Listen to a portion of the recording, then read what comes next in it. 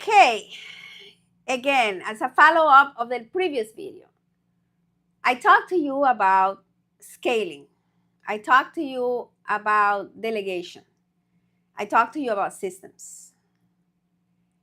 This is probably one of the hardest decisions I made and the hardest to understand. Why? It's intellectually, it's easy to understand it's important to delegate, right? It's easy to understand we cannot do everything. That if we're the solo entrepreneur, we won't scale. A company can be successful.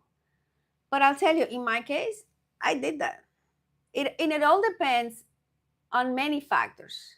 Identity here plays a huge role. Who do we think we are? How do we value certainty, control, and significance? But control is a huge factor. If we want to control everything, because maybe not everything, but there's things that bother us more than others. We want to make sure that if we do it, it's going to be right. So you try to, there's so much fear. It was so hard to start your company. In my case, it was very hard. And I put everything on the line. And I'm sure you do too.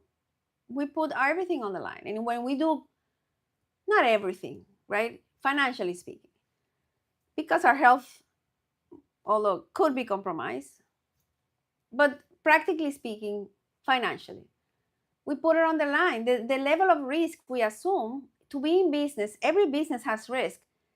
And construction, I would say, I think it's what? Second in highest rate of suicide. That means there's a little bit of stress in construction. Because it's governed by time, and there's so much money involved in the process, especially if you do government work, big developments. The risk flows down to the contractor, right? You are at risk. The only way to mitigate risk is to be able to delegate properly. Why don't we do it? Well, it takes time and effort to do it. Because you need to hire properly. And that is one of the hardest things to do if you don't know what you're doing, or if you don't have a system, if you don't know how to develop culture. Hiring the right team is tough.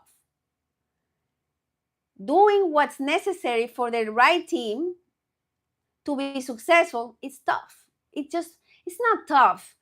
It's just that it doesn't give us a reward immediately. So you're working hard on defining a path to success where you are not the hero, or another employee in your team is not the hero. And many times, often, we want to be the hero of the story. But the reality is that the hero of the story that we write, the hero of the story that we create, is not us. It's the client that we serve. As long as we keep in mind, who am I serving here? Why am I doing this? Who did I promise an amazing outcome? It's the client.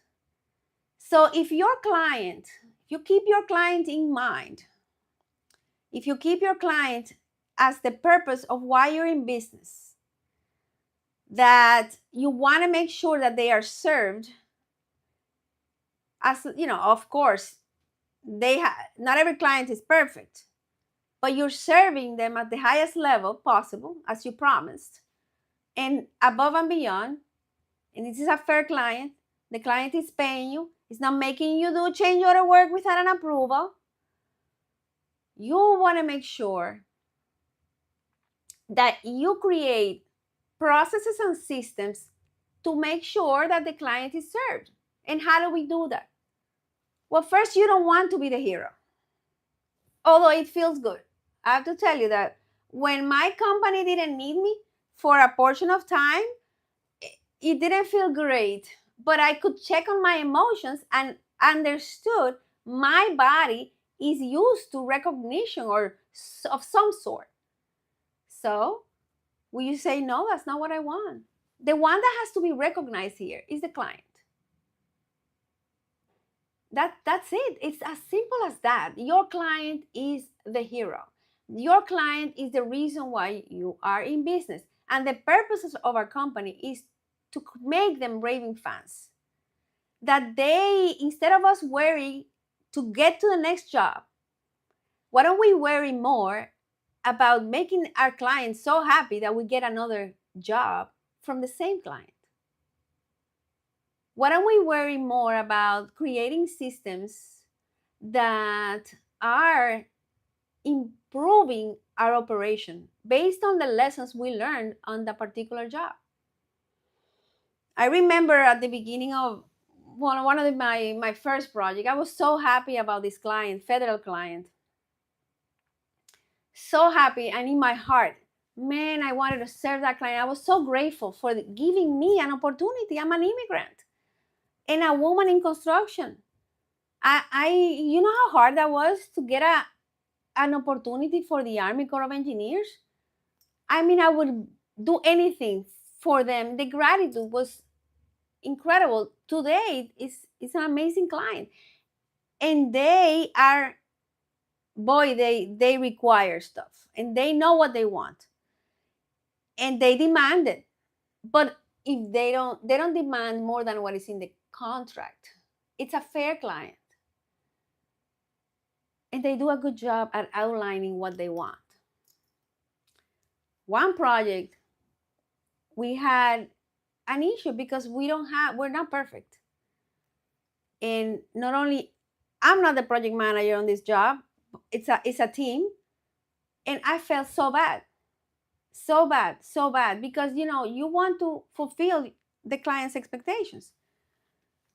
But the best way to fulfill them, because when something goes wrong, is to be upfront, to communicate, and to show and to share with them, here's what I learned, here's what happened, this is what we learned, and this is what the systems that we put in place so it doesn't happen again. I believe this is one of the clients, this is a client that has a mindset of progress, focusing on what's working versus what's not working. Definitely not a culture of blame. But if you're upfront and communicate a challenge that you find on a project, it's gonna happen. Have a system for that. Have a system to communicate to clients what went wrong, and internally in your team, how are you gonna make your process better? They would love that, because in the next proposal, okay, they're gonna see the past performance of your company. But if you have a way to anticipate and explain the lessons learned, man, this is so amazing. We have to learn from our lessons. Failure is a given in life, but how we react to failure is what makes the difference. So be courageous to take every opportunity that didn't go the way you want, to create a system, improve your system. Be courageous to make sure that you establish a team of people that will replace you, and that you will only have one hero in your story, which is your client. That's the only hero that deserves to be in the story that you create for every single project. So with that, I say bye.